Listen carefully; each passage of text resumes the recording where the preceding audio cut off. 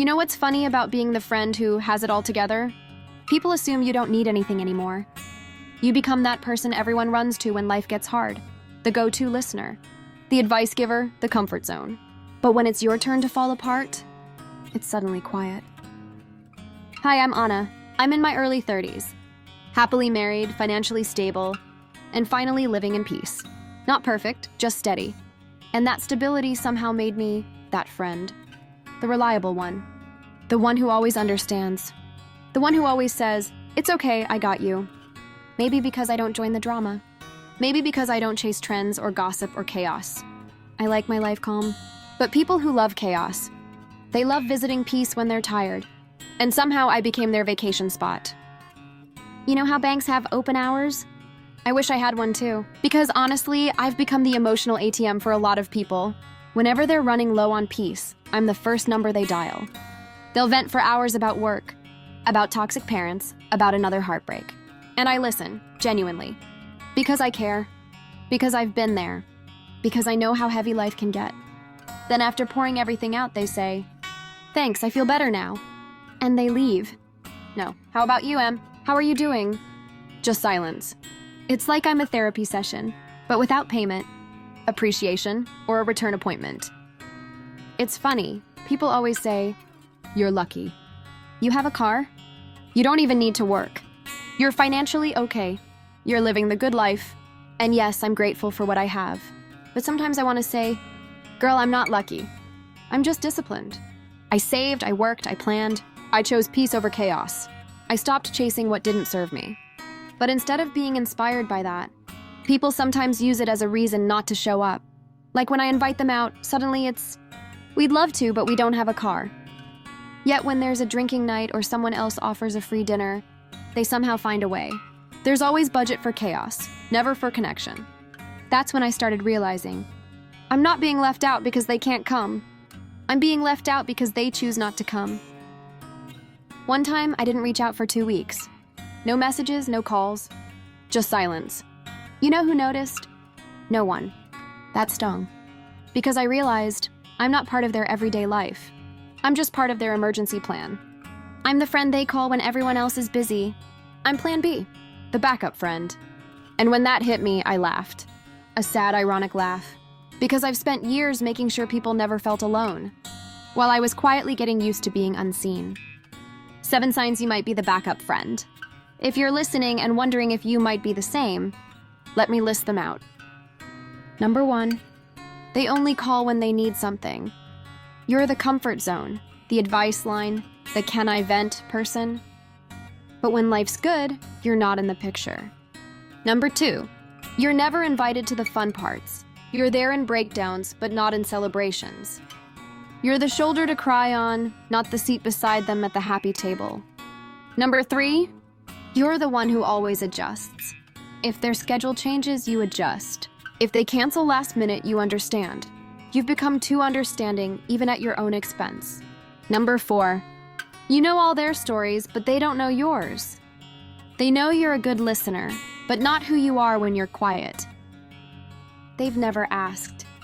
Number 5, you're the one who can handle it. They unload, you absorb, and they go back to their lives like nothing happened. Meanwhile, you're left emotionally drained. Number 6, when you're not around, no one checks in. Disappearing doesn't make anyone wonder, and that hurts.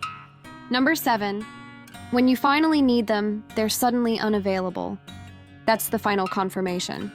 Because real friends show up even when it's inconvenient.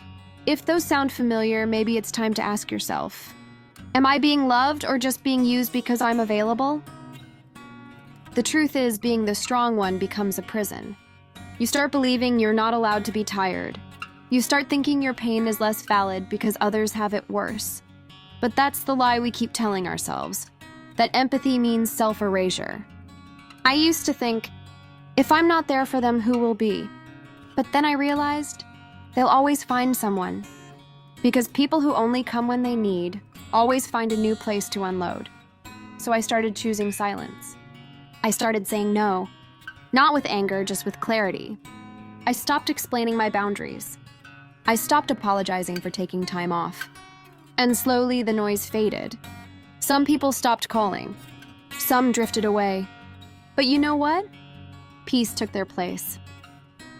Wake-up calls that changed everything. If you've been a backup friend too, maybe these reminders can help you like they helped me. Number 1, being available doesn't prove loyalty. Stop thinking that showing up all the time means you're a better friend. It only proves you're easier to reach. Loyalty is mutual.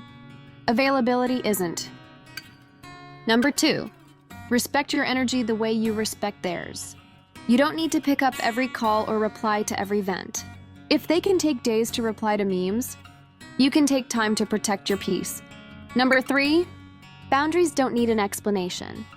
You don't have to say sorry for saying no. If someone makes you feel guilty for resting, they're not respecting you. They're consuming you. Number 4, proximity doesn't equal friendship. Just because you talk every day doesn't mean you're close.